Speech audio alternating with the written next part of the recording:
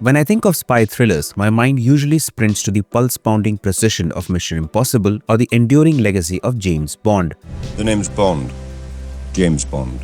There is so much happening in that world that everything feels so convincing, so precisely perfect. You're goddamn right. Then almost immediately, or maybe after a while, my thoughts drift towards the YRF Spy Universe, and I'm left scratching my head asking, where's the universe? Where's the undeniable thrill and spill? And frankly, what's going on with the production quality? All I see are end-screen cameos, never-ending slow motion, green screen spillovers, and actresses shown as just so they can create that pre-release buzz. And after recently watching the spectacular finale of the Mission Impossible series, my mind can't help but ask, can the YRF Spy Universe learn something from Mission Impossible? Because let's face it, even though Mission Impossible centers on a single protagonist, it's packed with moving pieces that could immensely benefit a franchise like the YRF Spy Universe. And where better to start than with what's immediately visible, or in some cases glaringly absent, production values. The YRF Spy Universe has always aimed for a grand scale. From the bustling streets of Dublin and Cuba in Ekta Tiger or the visually stunning Arctic sequences in War, they have certainly tried to paint on a big canvas. And let's not compare the budgets of the two franchises, but instead how that budget is being utilized. Mission Impossible has set the gold standard for practical stunts and immersive environments. When Ethan Hunt scales the Burj Khalifa in Ghost Protocol,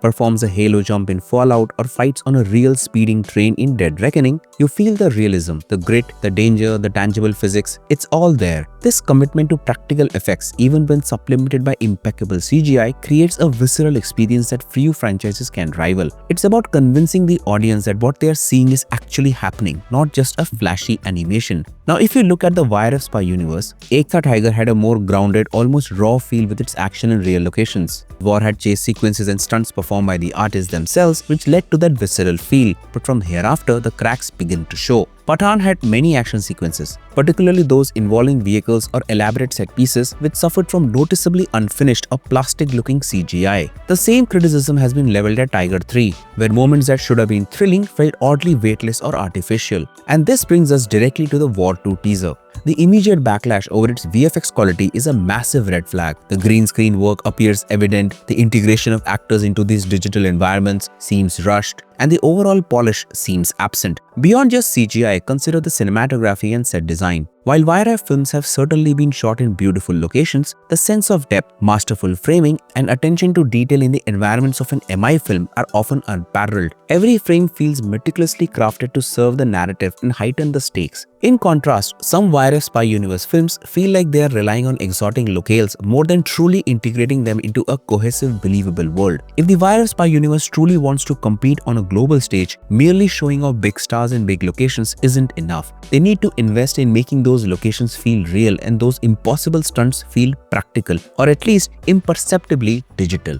Now let's move on to an even more perplexing area.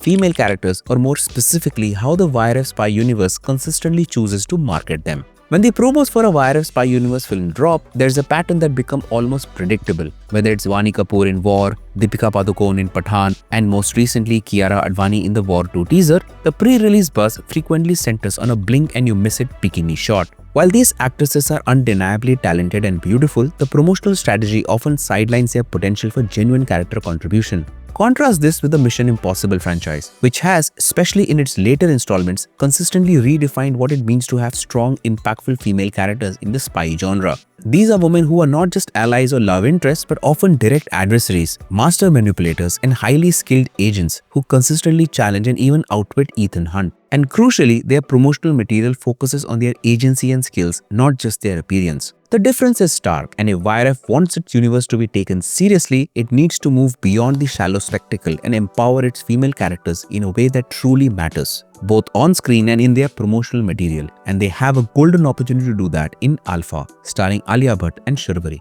This leads us to another fundamental aspect of any cinematic universe: its stars and their antagonists. While the YRF Spy Universe boasts some of the biggest names in Indian cinema, the way their characters, particularly the villains, are conceived often feels like a missed opportunity, especially when compared to the ever-evolving threats in Mission Impossible. In the YRF Spy Universe, there's a recurring reliance on the rogue agent trope for its primary antagonist. In Ekta Tiger, even though Katrina Kaif Zoya is an ISI agent, her motivations lead her to go rogue from her agency's objectives. War gives us Khalid, played by Tiger Shroff, who is later revealed to be a rogue former Raw agent who underwent plastic surgery to look like Khalid so he can hunt his former mentor, Kabir, played by Hrithik Roshan. Pathaan features Jim, John Abraham, a former Raw agent who after a tragic past turns into a vengeful mercenary with a global vendetta. And Tiger 3 continues this trend with Atish Rahman, played by Imran Hashmi, a former ISI agent consumed by a desire for revenge against Pakistan and India, making him a classic rogue operative. This repeated reliance on a protagonist's former colleague or counterpart turning against their own agency often feels like a narrative shortcut. It risks making the world feel smaller, populated only by good guys and their disgruntled former comrades. Now let's look at Mission Impossible. While it has certainly explored personal vendettas, the franchise consistently introduces a much wider and more diverse array of antagonists. The genius of Mission Impossible's villains lies in their varied motivations, their diverse backgrounds, and the broader scope of their threats. It also makes the world of Ethan Hunt feel vast and unpredictable. For the future films of the YRF Spy Universe, introducing truly fresh, diverse and imaginative antagonists would not only broaden the universe's narrative potential but also elevate the stakes beyond repetitive personal grievances, making their stars truly face impossible missions. And this ties directly into our next critical point: connected storylines versus star-driven cameos. The YRF Spy Universe is exactly that, a universe in name but often not in practice. So far, the connection factor feels largely superficial. We are still primarily watching standalone adventures for individual protagonists. Each film largely tells a self-contained story, focusing on its lead spy. The universe aspect mostly boils down to fleeting, often fan service-driven cameos. While these moments certainly spark social media chatter, they do little to advance a genuinely larger, overarching narrative. In the long run, this reliance on star power over narrative cohesion is a recipe for a stagnant and ultimately less engaging universe. It becomes predictable. Each film is essentially a fill-in-the-blanks action movie with a different lead, leading to a sense of déjà vu rather than excitement about where the universe is heading. For a long time, Mission Impossible was also largely episodic.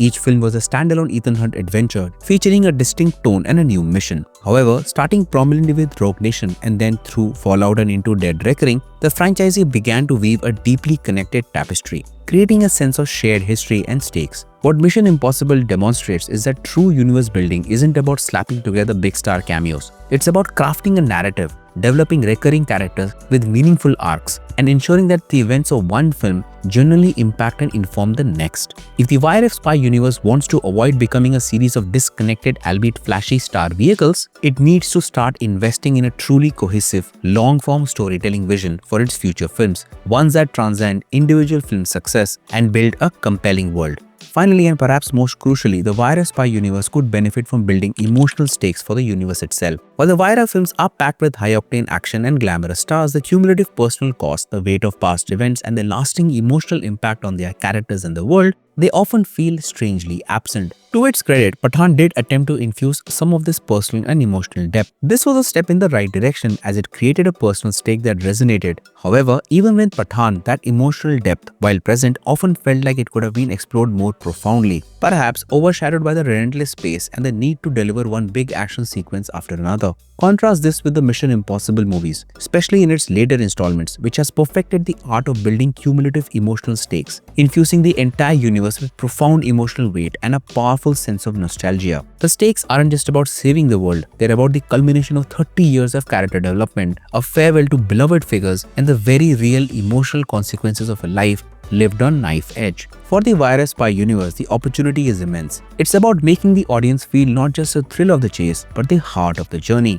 What do you think? Let me know in the comments below. Thanks for watching and don't forget to subscribe for more such videos.